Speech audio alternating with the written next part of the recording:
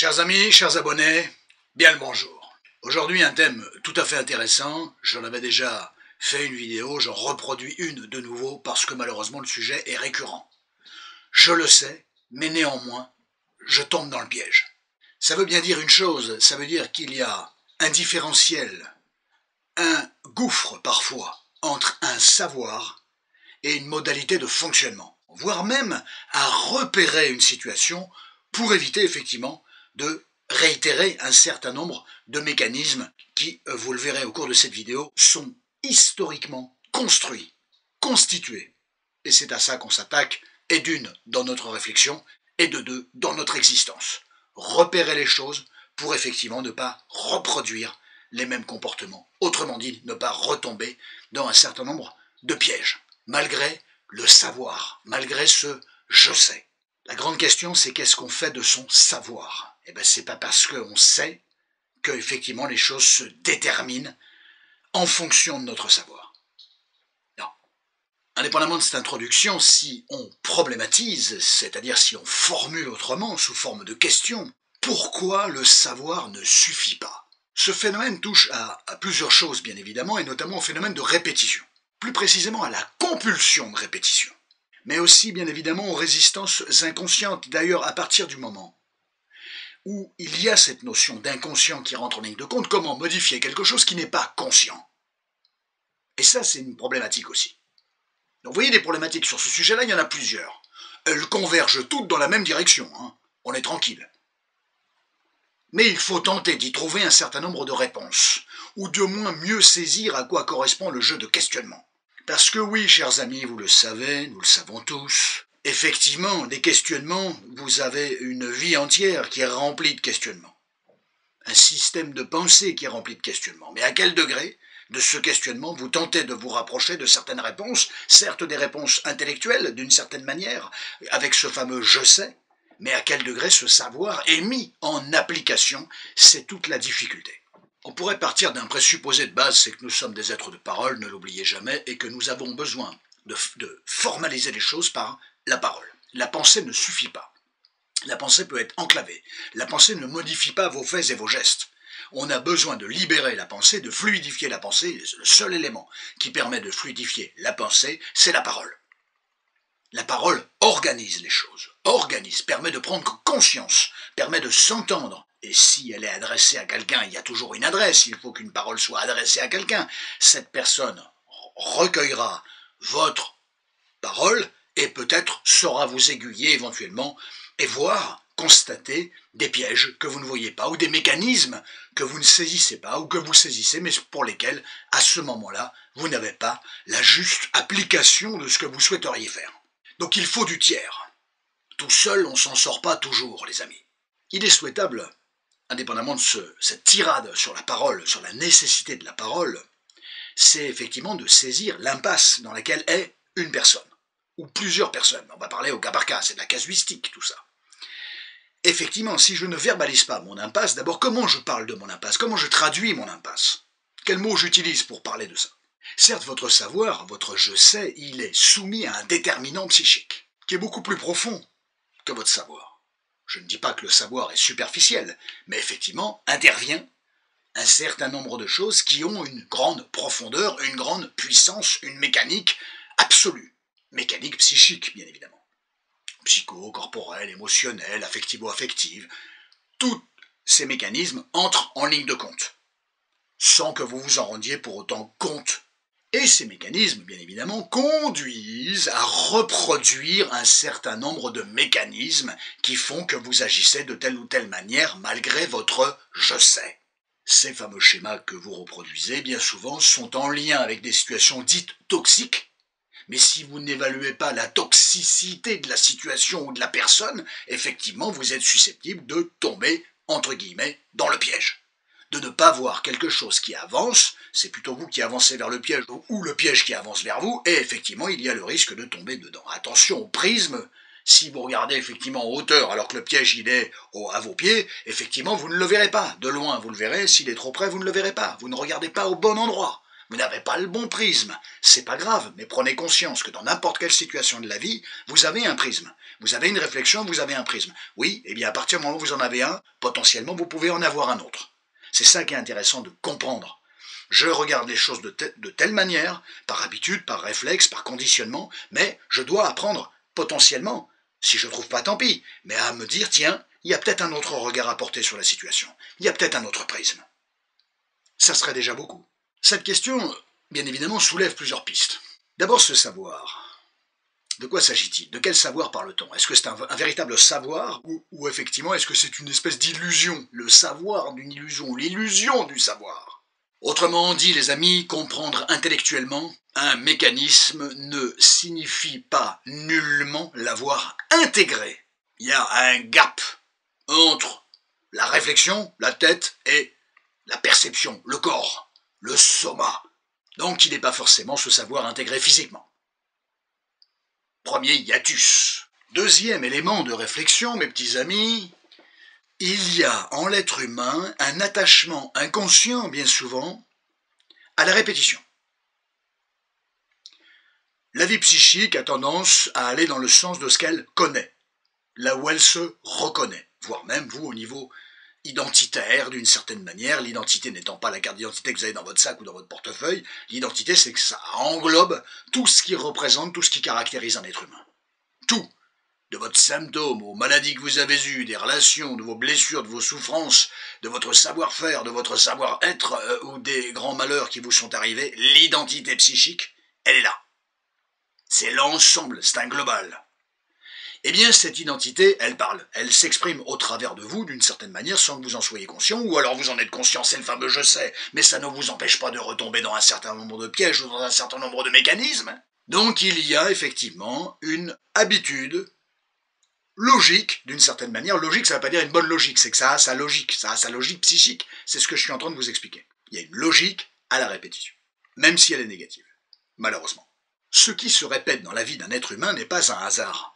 Mais souvent, on pourrait l'expliquer comme ça, une tentative de résolution à une situation antérieure qui elle-même n'avait pas été bien liquidée, bien vécue, et qui a généré bon nombre de désagréments. C'est possible, c'est une hypothèse. C'est une bonne hypothèse. Donc, la résolution d'un conflit ancien. Mais si vous vous y prenez de la même manière que comme ça s'est déroulé dans l'ancien temps, façon de parler, effectivement, la résultante risque d'être absolument identique. Le résultat, identique. Le bénéfice secondaire, ça c'est un élément aussi à mettre en œuvre. Impossible de ne pas en parler. Les répétitions vont générer une résultante. Cette résultante, malheureusement, pourrait, mais c'est logique, ça a une logique aussi, pourrait représenter des bénéfices secondaires.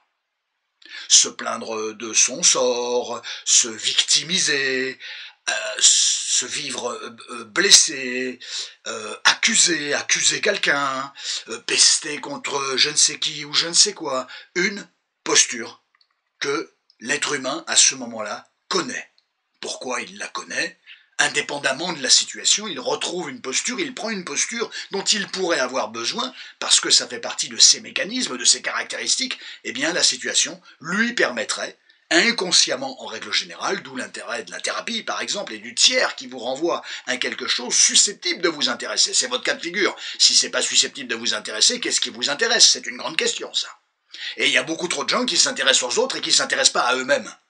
Comment vous pouvez avoir une certaine homéostasie si effectivement vous vous intéressez beaucoup plus aux autres qu'à vous-même? Il n'est pas question de sombrer dans un nombrilisme exacerbé et d'envoyer tout le monde chier, pardon pour l'expression, et effectivement de vous sentir le meilleur au monde, le plus extraordinaire au monde. Non, il n'y a rien de tout ça. Vous avez une place à prendre parmi les autres. Vous n'êtes ni meilleur ni pire, c'est déjà bien. C'est déjà très bien. Un petit peu d'équilibre dans cette société, ça serait déjà très bien.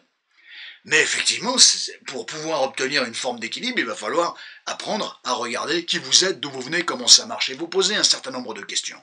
Vous n'êtes pas obligé de le faire, mais ça peut être pas mal. Parce que les situations de votre quotidien vous renvoient de toute manière inéluctablement à ça. C'est pour vous, c'est comme vous voulez.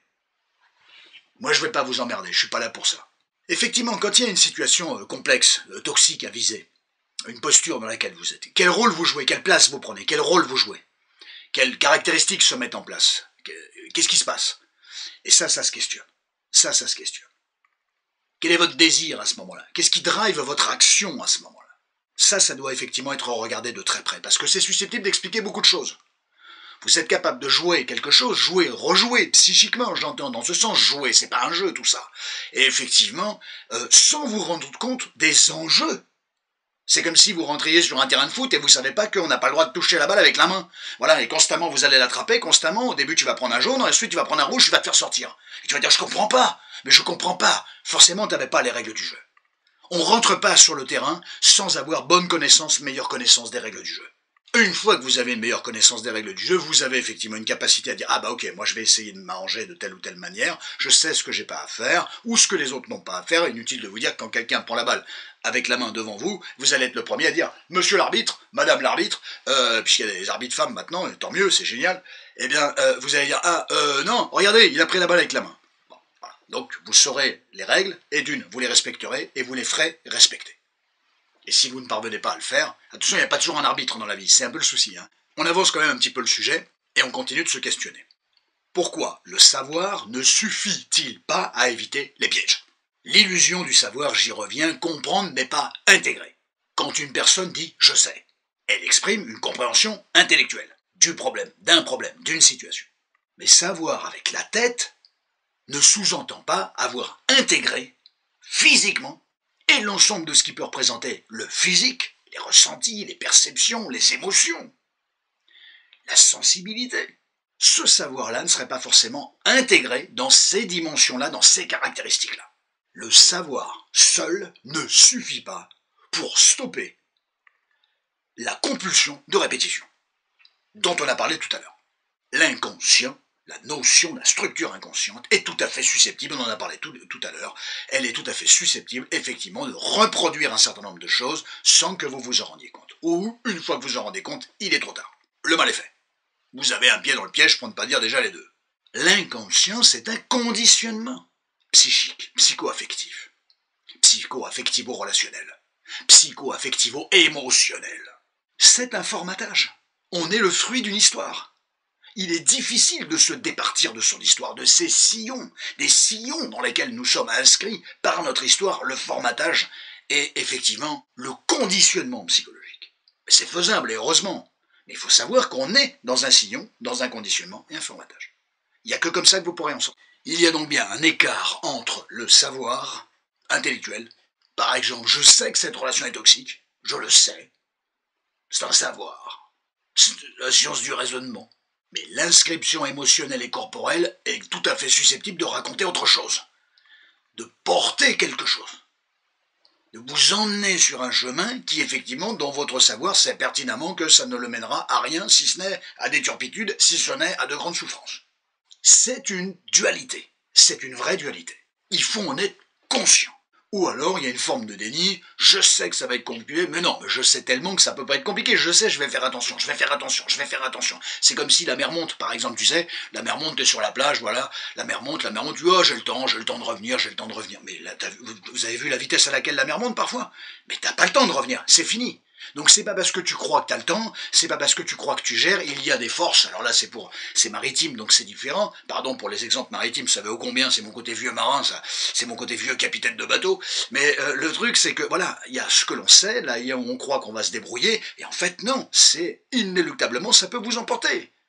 Si le savoir suffisait, mais tu lis un bouquin sur les relations toxiques, tu regardes une vidéo sur les relations toxiques, tu regardes un truc sur comment fonctionnent les manipulateurs, les pervers narcissiques, tu fermes le bouquin, tu fermes la vidéo, c'est plié, c'est réglé, t'es tranquille. Mais ça se saurait. Ça se saurait. Ça fait du bien, c'est intéressant, ça alimente votre savoir, mais qui reste bien souvent qu'intellectuel. Comment je mets à profit ce savoir sur mon terrain, concernant mon terrain émotionnel, concernant mon historicité? C'est-à-dire en total contre-pied parfois de ce que le sens de mon existence pourrait effectivement vouloir reproduire, par mécanisme, par conditionnement, par formatage psychique. Donc c'est pas simple, et vous savez que je déteste ce mot simple et facile, parce que concernant la vie psychique, la vie tout court, rien n'est simple et rien n'est facile. Et ce que l'on croit simple peut générer des débordements et des emmerdements notoires. La compulsion de répétition, on l'a vu effectivement, c'est une tentative de rejouer un traumatisme, on l'a dit aussi tout à l'heure je crois. dans l'espoir inconscient, en règle générale, cette tentative de résoudre un traumatisme, dans l'espoir inconscient, plus ou moins inconscient d'ailleurs, très conscient, puisque je sais, puisque tu sais, une personne qui a connu des parents toxiques aura tendance, malheureusement, à fréquenter des personnes toxiques. Je repère, je reconnais, il y a une attirance, il y a une accointance, pour ne pas dire, effectivement, les choses se font mécaniquement. Ils réagissent tellement bien, ces personnes-là, que effectivement le manipulateur voit très très vite que vous avez du répondant, dans le bon sens du terme pour lui, et effectivement il n'y a plus qu'à tirer les ficelles, c'est gagné, c'est plié. Et ça, c'est un énorme problème. Vous n'êtes pas une marionnette et les ficelles n'appartiennent à personne.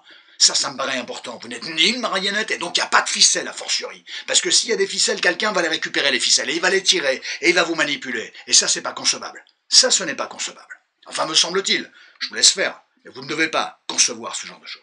Donc, dans une historicité blessée, vous risquez effectivement de maintenir la culture de la blessure, d'attendre quelque chose qui n'arrivera jamais, relationnellement parlant, et effectivement, ça va vous maintenir blessé. Quelqu'un qui n'a connu que des relations déséquilibrées aura du mal à reconnaître et à trouver une place dans une relation équilibrée. Il va se poser toutes les questions de la Terre, il va presque foutre le bordel par lui-même, excusez-moi l'expression. Voilà, parce qu'il n'est pas formaté pour ça. Il est formaté pour le déséquilibre, il n'est pas formaté pour l'équilibre. Une fois qu'il est au courant, il fera attention. Et il y aura ce travail, cette notion extraordinaire en psy et ailleurs, l'acceptation. Il faut que j'accepte comment je fonctionne, qui je suis, d'où je viens, comment ça marche, mes mécanismes, mes leviers.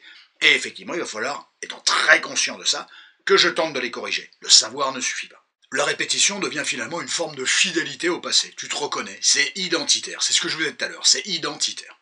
Je me reconnais là-dedans. D'où l'intérêt de débusquer qu'est-ce qui se passe, qui je suis, d'où je viens, comment ça marche. Qu'est-ce qui habite ma vie psychique. Si je ne regarde pas ça de près, ça risque de se réitérer. Et bien souvent, le meilleur moyen, c'est la thérapie, et ça passe par la parole. Qu'est-ce que tu es capable de raconter de ton histoire? Qu'est-ce que tu es capable de raconter de ton histoire? Voilà. C'est pas simple de se raconter, je sais très bien. Je sais très bien. Mais ça peut être un exercice intéressant. Même douloureuse. Plus l'histoire est difficile, plus ça mérite des mots, d'une certaine manière. On rejoue des scènes parce qu'elles nous semblent familières. C'est ça le formatage. Familière, ça veut pas dire c'est top, c'est génial, je sors le champ, ça n'a rien à voir. Il n'y a pas de champ, il n'y a pas de frigo, il n'y a pas de tout ça. C'est effectivement, c'est un mimétisme d'une certaine manière. Les choses se rejouent. La vie psychique a tendance, notamment inconsciente, particulièrement inconsciente, elle a tendance à aller dans le sens de ce que l'on connaît. On connaît. On souffre moins de ce qu'on connaît que de l'inconnu. Là-dedans, il y a un élément capital, le rôle de l'estime de soi. Quand l'autre passe devant toi, c'est la catastrophe. Donc il faut absolument rehausser l'estime de soi. L'estime de soi doit intervenir. Si elle est atrophiée, c'est pas grave. Il faut la nourrir, il faut la gonfler à bloc, il faut qu'elle augmente, il faut qu'elle s'améliore. Votre estime de vous-même. L'estime de soi, c'est la capacité à s'auto-protéger, à se préserver, à s'auto-protéger. Quand quelqu'un a peu d'estime de lui-même, il va prioriser les besoins de l'autre plutôt que lui. Il n'est pas question de sombrer dans un égocentrisme absolu, exacerbé, dont on a parlé tout à l'heure. La personne, elle va tolérer des situations absolument intolérables, relationnellement parlant, pensant qu'elle ne mérite pas mieux, mais beaucoup de gens le pensent, malheureusement. Je trouverais pas mieux, oui, par exemple, ce genre de phrase. Ou je mérite que ça, ou si j'ai toujours connu ça, ça doit être normal. Mais non, c'est pas normal. Et il y a souvent, chez les personnes qui ont un problème d'estime d'eux-mêmes, il y a un besoin de valorisation qui vient forcément de l'extérieur. Dis-moi que j'ai une valeur, et je vais te le montrer. Alors si vous êtes en face de quelqu'un de bienveillant, tout va bien. Grand chelem. Si effectivement vous êtes en face de quelqu'un malveillant, eh ben vas-y, je tire les ficelles et puis j'exige, ça va jamais, tout ce que tu fais c'est de la merde et ainsi de suite. Mais qui est cette personne pour vous dire ça? Quel regard vous avez-vous sur votre propre existence? Là voilà la question à se poser. C'est pas qu'est-ce que pensent les autres de moi.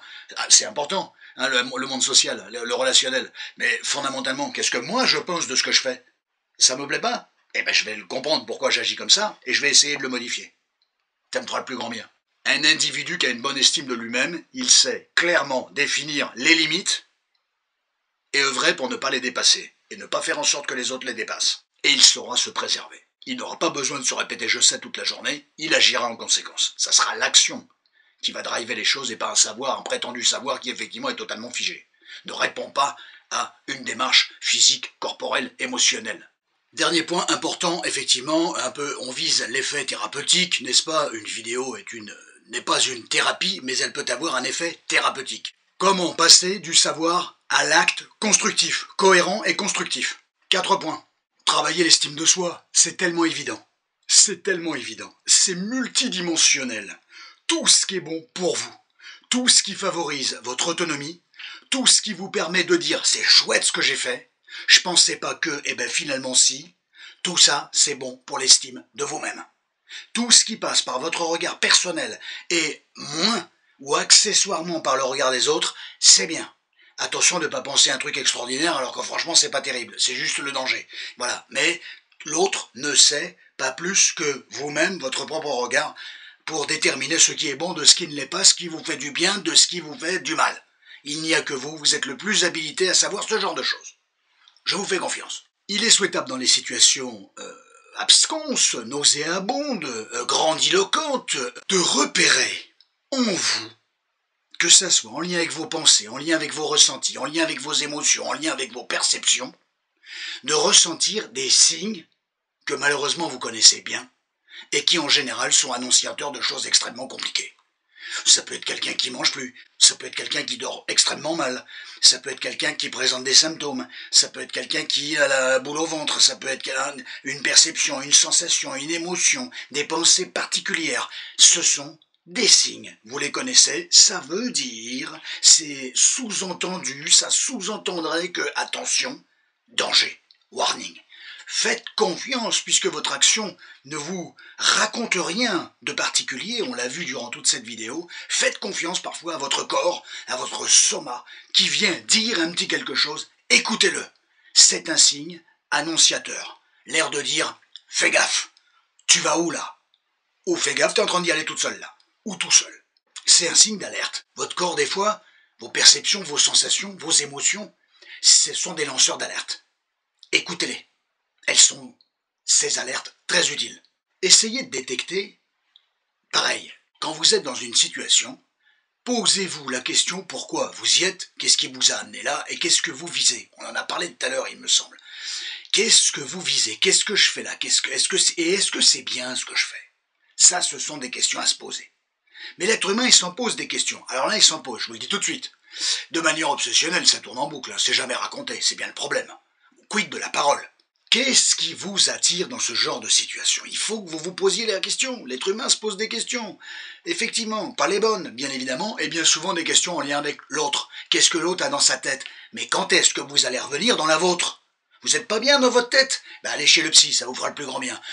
Bonjour monsieur, bonjour madame, je suis pas bien dans ma tête, je viens vous voir. C'est un très bon début, c'est une très bonne racine de réflexion.